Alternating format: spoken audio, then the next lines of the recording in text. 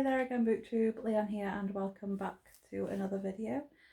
Today I want to record a video that I've officially been tagged in by Raoul Reads.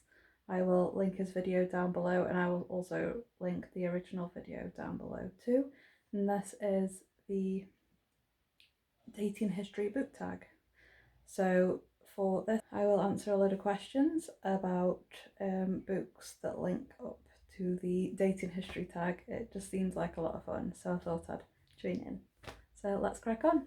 So the first question is first loves. What book was your first love? This might be a little controversial to a lot of readers because I know a lot of readers don't like Terry Goodkind for a number of reasons, and I get that. But as a teenager, this is what got me into reading. So this is The Wizard's First Rule by Terry Goodkind. It's the first fantasy book I ever picked up when I was only 11. So this is my first love, and I still love all of these books. I know a lot of people don't, and that's fine, but they have a special place in my heart and I love them. So the next question is, outside of the genre, what is your favourite genre and what is a book you really love outside of your genre? So fantasy tends to be my go-to genre. It's the genre that I love the most. But a book I love outside of that genre is a sci-fi. I know sci-fi gets locked in with fantasy a lot, but I see them as two totally different things because I don't read much sci-fi personally and I want to get into more of it. But Illuminae was something that caught my attention from the get-go. It's a mixed media book with all different kinds of media. Let's see if I can find one of the cool looking pages. Like a very mixed media format. And I loved this start to finish and all the books that came after it. So this is one I love from the sci-fi genre. The next one is Catfishing. What is a book that catfished you?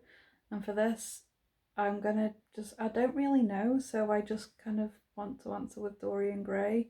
I know a lot of people who like classics love A Picture of Dorian Gray, but when I read it, it just fell really short for me. It's something I'm really not interested in. I thought it was going to be a very nice, interesting book, and for me it was just description after description. It was very beautifully written, don't get me wrong, it was gorgeous, and I know a lot of people love it, but it's just not for me. It's not something I'll ever read again or want to read again. It's not personally for me. I just thought it would be more interesting to me than what it was. I don't know how to answer this question, so that's the only thing I could think of. The next one is, does size really matter? What matters more to you, the length of a book or the ocean of emotion? And for me, I'll go for the ocean of emotion. I love books that make me feel things. I don't really care how long or short a book is personally. If it captures my interest, if the synopsis sounds good, and when I read it, if it is a fantastic book, it doesn't matter. I mean, Mort is a great book and it's a very thin book. And then as well, The Priory of an Orange Tree over here. Brilliant book and it's a proper chonker. So that really doesn't matter to me as long as it's a good book.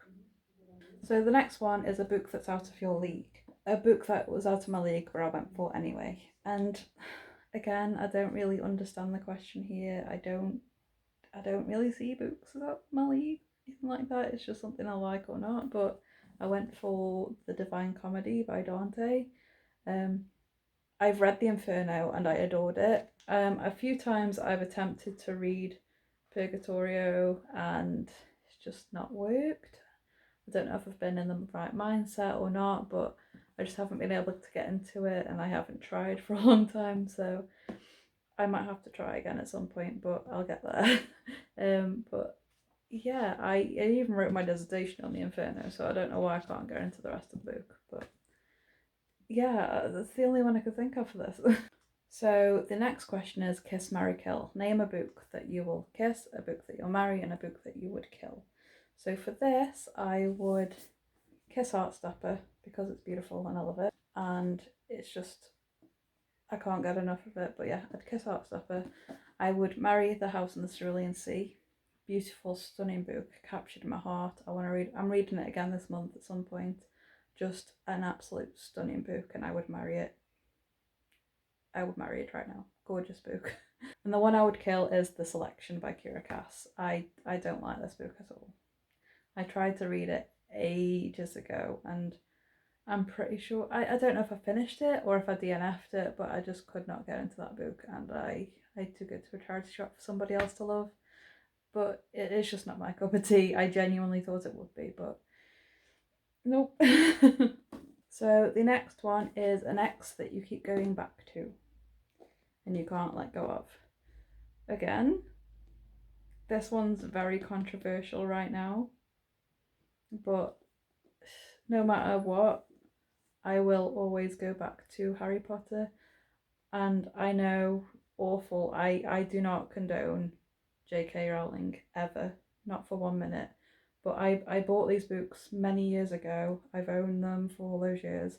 I won't put any money on her again. She's not having my money anymore. I do not condone anything she's been doing. But I own the books. I won't talk about them much on YouTube, but that's the answer to that question because I will always go back to these books because I do love the books themselves, not the author in any way, shape, or form. So, the bad boy or girl, name a book that's the bad boy or bad girl on your shelf. And for this, I'm going for Gideon the Ninth because we can't deny that Gideon is a bad girl. We love Gideon. I have literally just finished rereading this today, and again, captured my heart. Love it. One of my favourite books of all time, and I'm reading Harrow next, and I'm very excited. So the next question is a friend zone. Name a book that will be a good read, but you kind of have other things to read right now. And I have quite a few, like my entire TBR shelf upstairs would probably cover this, but I've selected a few that I know are going to be very, very good. Like I've heard great things about them all, but I do just have other things to read right now. I'm in the middle of a readathon. I have a TBR for it. So the first one is The Mark of Athena. I'm literally mid-series and haven't picked this up yet. So this is one of them and I will get to it. I know Rick Riordan's a brilliant author, so that. I've read the Half a King ones by Joe Abercrombie and I enjoyed them. I know this is going to be good. I've heard everybody talk about how wonderful the is it the First Law? Yeah, the First Law books are.